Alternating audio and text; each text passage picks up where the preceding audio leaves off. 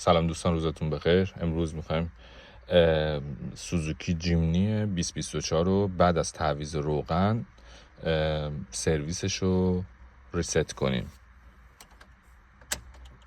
وقتی که سویچ رو باز میکنیم اینجا میزنه که باید سرویس روغن انجام بشه. حالا این ماشین زبانش آلمانیه، موتور اکسل. بعد این کلید اینجا رو انقدر میزنیم تا بیاد روی مقدار سوخت و چند ثانیه نگه میداریم تا منو بیاد بالا.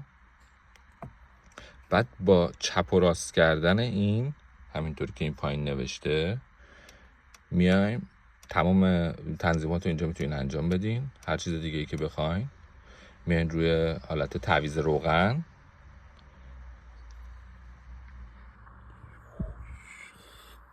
نشون نمیده، اینجوریش کنم،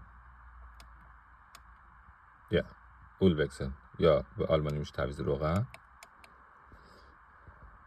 نگه میداریم و بالایی که ریست هست رو میزنیم.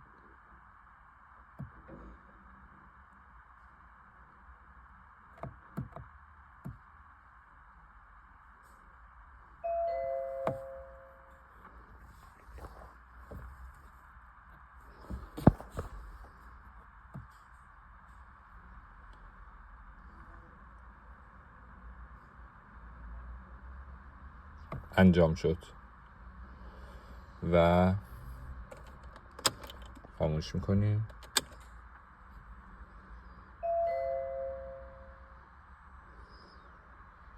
دیگه نمیاد، رفت برای سرویس بعدی و تا ماشین بعدی. خدا نگهدار.